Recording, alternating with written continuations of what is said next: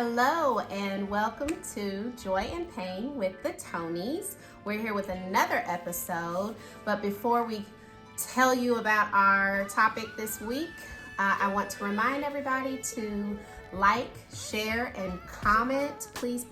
And if you haven't already, subscribe to our channel, ring the bell, click the bell, I should say, but also please make sure that you tell everybody else about our channel. So, all right. Babe, you want to tell us what we're talking about today? All right, today we're going to talk about parenting and the different woes and the joys and pains we've had with that. So I think we'll just start off talking about some family planning. Okay. So with us, we're parents as of 7 years, two wonderful boys, Ethan and Elijah. They even have some videos up. I will say that for family planning, we semi-planned Elijah. We said, hey, if it happens, it happens. I think these are discussions you need to have with your spouse. But with our first child, we kind of we sat down and said, hey, we're ready to have a baby whenever that comes. I think it was still a shock factor. I was going to say, we said we were ready and we planned, but we really didn't plan because there were things like talking about insurance, medical things, money, all of those things we weren't really expecting. There's nothing that can really prepare you for being a parent. Nothing at all. So yeah. So the first child, we semi-planned, but I think having that discussion with your spouse is great. Make sure you guys understand you're on the same page of when you want to plan for your family. Right. The next little one, Ethan, he was a surprise. Yeah. So we did what was called, natural family planning. So I wasn't on birth control, but I was trying to track my periods and all of that, and your pull-out game strong.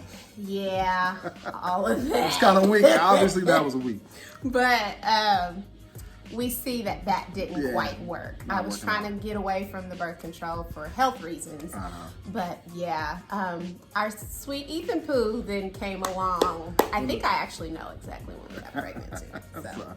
And then, so that leads to, when us as a couple, we met and we talked about our upbringing. We weren't really deep into our upbringings, but how I look at how I was brought up with my mother. She was a single parent mother.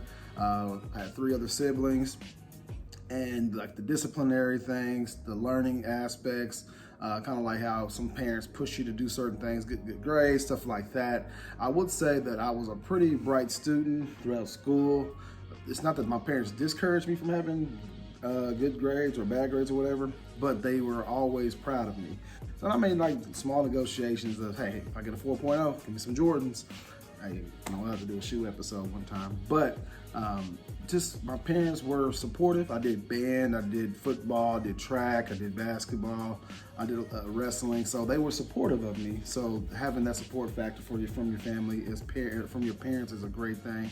We support our children for everything. They've done some taekwondo, they've done basketball, they've done gymnastics, t-ball, support them with school. My wife is my mother-in-law is always going to the schools and supporting them when they can. So, and upbringing is really important because in a lot of ways we were brought up in similar ways. So we both came from single mothers, Christian background, but there were also some differences as well. And when you bring those two upbringings together and then decide, okay, this is how we are going to parent or rear our children, sometimes those upbringings can clash in how we choose to move forward. And so we had to talk about, okay, this is how you were brought up, but this is how I was brought up. Now, how are we going to take these two pieces and bring them together and raise our children? I can think of an example of, in my household, we didn't eat a lot of sugar. And so our first son, he never had sugar until his first birthday. He actually threw up his birthday cake because he had never had sugar, and I was adamant because I didn't want it messing up his teeth. And but Cedric's family, they drank Kool-Aid all the time. They had purple, red, all that. They had, his mom bakes. She's a baker, so they always had sweets. And my mom, I wasn't big on sweets. I'll say that. I wasn't really too fond of myself growing up. I really actually wasn't. Though. Actually, that didn't come until high school. So growing up, I didn't get the sugar highs until I got to high school. Oh, The okay. Kool-Aid Well, see, I and didn't know juices. I definitely didn't drink that much. I was a milk kid, so Okay. until I got to high school, and then Yeah. the sugar attack came. But he was always trying to give the kids, and to this day, pop and juice. And I'm like, no, they don't need all this Let sugar. them have it. But my mom was always on a diet. And so it was very rare, unless we were with my grandparents, that we got any sugar in the house. And so even though that's a minor, small, experience or piece of my upbringing and his upbringing that clash, but it's the small things that sometimes can cause issues. And so definitely talk about these things. Yeah. We find some of the things that we kind of see the differences on, and we kind of start saying, oh, okay. This is when we need to have a discussion with our boys, because we can definitely tell our upbringings kind of influence what we do to react to our children. Right, At that point in absolutely, time. absolutely. So Even in the way, and it kind of goes into how we rear our children. So even in the way that we discipline, is very different. yeah, let's get into that. So with my family, again, I've told y'all I'm loud and I'm a yeller. My dad is very loud. My family are very vocal. We talk a lot. And so sometimes that comes out in my rearing and when I'm disciplining my children. And Cedric's family, on the other hand, they're not as much of talkers. But I know that his mother, can be a yeller too. So that influenced us, and I'll let you talk about how that influenced you as a parent. Yeah, so I know with my upbringing and how I was disciplined. I got the whoopings. Like it wasn't like a timeout type situation. It wasn't take things away. We didn't get grounded. We got whoopings. So I feel like that made me. Growing up like that, through all that, I was like, okay, I don't want to ever whoop my kids. Now, I've whooped them on real seldom occasions, but now, and I don't condone that, I feel like it should just be some more of lectures, talking it out with your children, because sometimes you just gotta let them think. Let them see what their mind was going before we lash out, react. I'm glad I got my master's degree, because there were some different books and courses I was taking that had made me start thinking of things before I react. Take that little 10 seconds or 30 seconds worth before you do a reaction to something, because if a kid spills something, you want to yell like, what are you doing? But you just got to say, oh, okay, what happened? And remember that they're kids. And they're kids. And that they're They're figuring it out. That's what I do. And so now I communicate that with Natalie. We've had many conversations saying, hey, I don't think we should do really this. Frustrated with me. Don't think they need whoopings. They don't. I mean, I look at it like, if you're gonna whoop a child, if someone made you mad on the streets, in that quick reaction, would you be hitting them? So why would you do that to your own child? And I'm not telling you guys how to parent. This is how I take my kids and what I do. And this is not saying my advice works, but this is what works for me. And I feel like whoopings, that should not have to happen. You can talk to them. Like I said, take a couple seconds before you react out of your own anger as a parent. And that's what I find that makes it a little bit better to talk to my kids, because they're young black men and they're trying to figure this life thing out.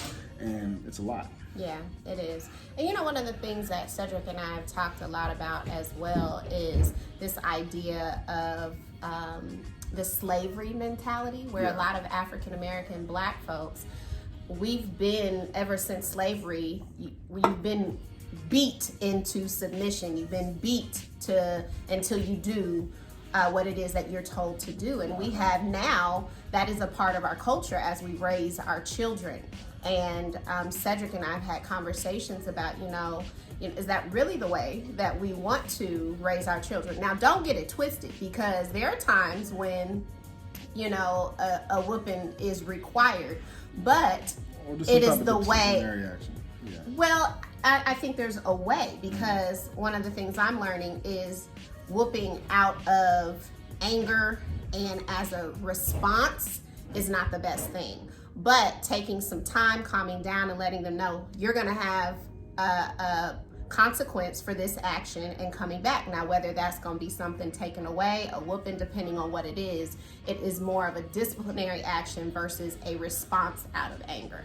And that response out of anger, we're tying back to, some of those roots in the slavery culture. Yep.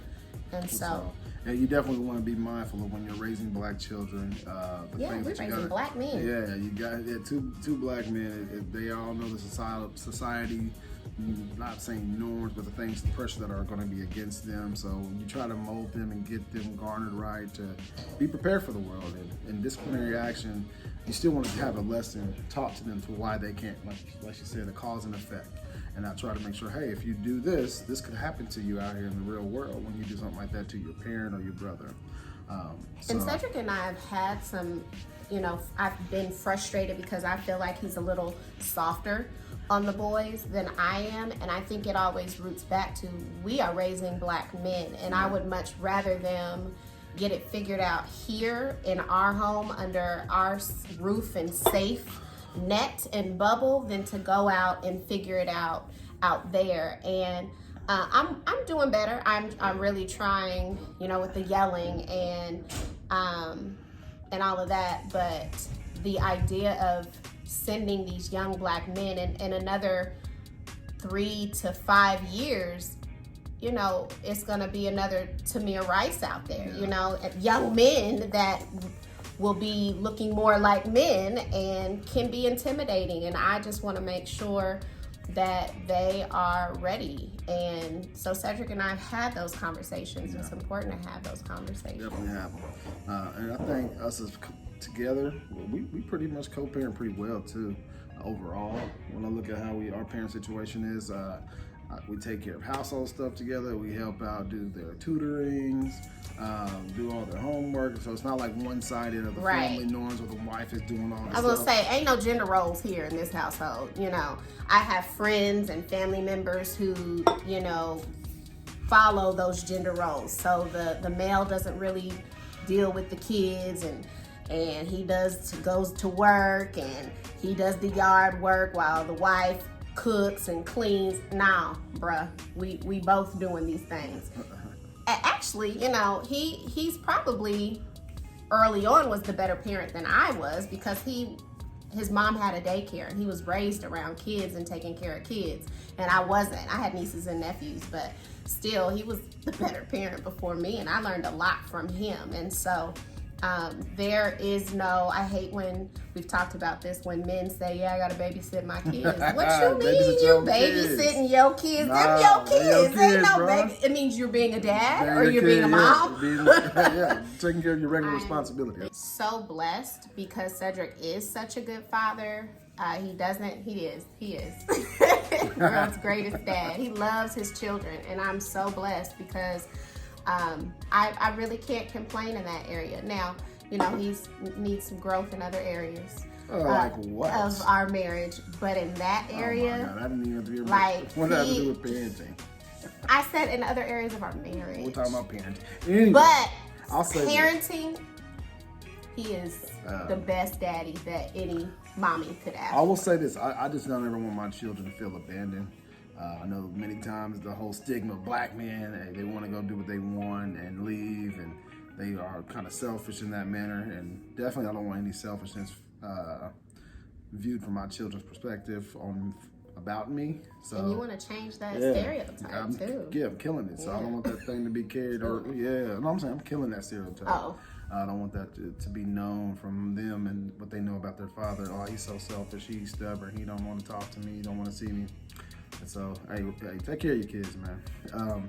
So that sometimes also when we're taking care of these kids all the time, I start to notice my wife when she gets so wrapped up in work, with sorority stuff, with her family stuff. She needs a breather.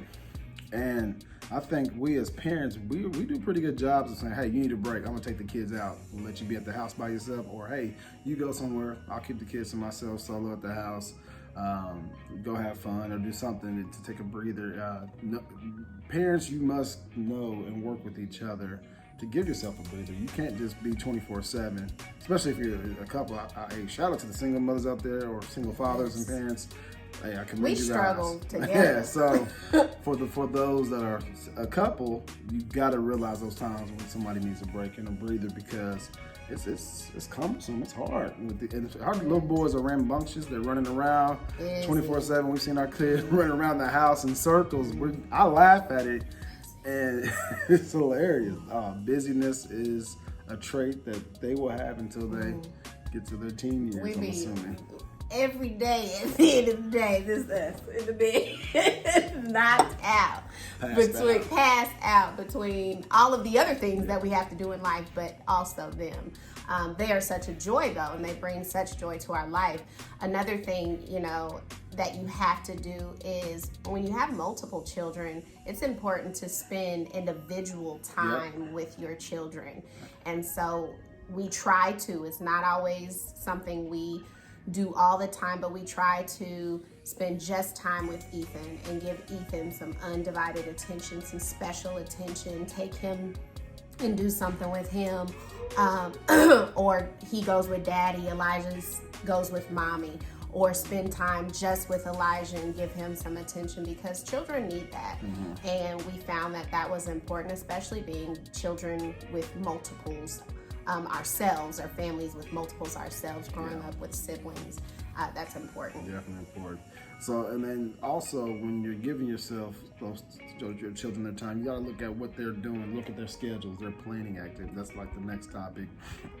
Our kids aren't the busiest kids in the world, but they have tutoring, they have sports, they have homework, they have a lot of stuff that they have to do. And my wife is great at making a calendar. I mean, I get calendar notifications more than I do at work from her, which is commendable. And then we had a calendar. I let the people trash from our old place, but that calendar was very detailed. Let me tell you, color-coded. Hey, go ahead, break it down. Break it down for them. So I used to have it up on the wall. I'm gonna go buy another one.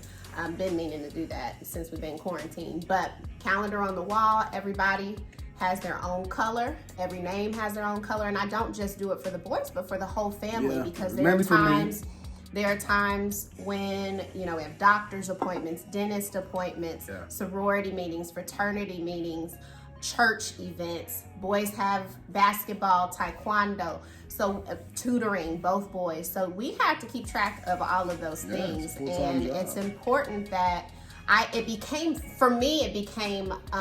overwhelming. And I wanted, because Cedric wasn't always the greatest at keeping up with schedules and doctor's appointments, and I was tired of that burden being on me. So I said, look, we got to come up with something so I'm not always the one having to remember when appointments are, these things, and the time when we need to go somewhere and do it. And so that was the method. And so it's important to have a method. So let's talk about school with our kids, our plans for future school and college and education and stuff. That he mentioned this earlier, we both were raised to where education was important. Yeah. And we knew that college was an option. In my family, it was not necessarily an option. I felt like it was, I needed to go. Although if I had chosen another route, I know my family would have supported me. And so both of us have that same value of education. We both are college educated and both have our master's degrees. And so we want our children to know that that is something that is attainable. Now, on the other hand, especially because I work for a nonprofit organization that provides job skills, and career skills for youth. And so I want my children to know that college is attainable, but also if they choose to go another route, that's okay. Start a company. That's okay. Our son came to us one day and said he wanted to be a trash man. And my first little inkling inside was like, ooh. No, encourage that. But it was Cedric that was like, no, babe, he could own his own company. Yep. And his favorite number 17. And he was like, I'm going to have 17 trucks. Yeah. And we're like, yes, baby. Encourage these kids. And so it's important that you support your kids, even when you think they're going down a route that you wouldn't choose, that you still support them, and that they know that they are loved and supported. That's most definite. So, I think with the parenting thing, I think we've gotten a good handle on it over the years. Once we got ourselves in check and fixed, that's made the parenting a lot easier for both of us. These boys are a joy. They are a lot. We got some videos, like I mentioned, of them, just so you can see how they are. Once they're up, they're up. It doesn't stop all day, especially during this quarantine time. just 24/7 with them. They're joys to be with, and we love it. They've made us better people. They've made us notice our weaknesses and strengths as individuals and even as parents. And they gonna tell you. And they test us, but hey, they're still young individuals, and they're growing and they're learning. They're figuring out this life thing just as we are, and you gotta understand, you're raising somebody to be an adult one day, to take care of someone else someday, and to be a productive citizen in our society, in our community. And that's important. So it's not like we're coming down to it does. I will say, before we close out, we want you to continue to watch our kids' videos. Also, we have Join Pain with the Toney boys, and so they have their own videos, so please support those as well, and look at our two rambunctious, busy, beautiful little boys. But who we shouting out today? So we shouting out on the brand today. I got Refine Rebellion Company. Shout out to Travis. His company's in Philly. And that's the shirt, right? Yeah, one of his shirts. A real nice quality. Yeah, he got Champion, on the brands. Hey, dude's shirts, I like dope fits. They're real comfy, they're real soft, real good materials. Nice, like I said, nice quality. Like I said, Refine Rebellion. We'll have the link for Travis's company with this video. And keep in mind, we're doing these videos every week, so look out for the videos every week. We're gonna have something. It might be a juicy video, might just be informative, but we'll have something good for you guys, some good nuggets, some good tokens. Hopefully, you just like to listen to us talk. And this is all about Black love. It's all about relationship mentoring, and it's therapeutic for us. This is helpful for us too. Please remember to like, comment, share, subscribe, click that bell so that you know when we've posted new videos. But joy, I'm gonna let you sing because you sing better than me. Pain, sunshine, and rain. I'm gonna work on my vocals for next week. He got vocals. All right. Thank you guys. Love you guys. Thank you. Black love. Black love.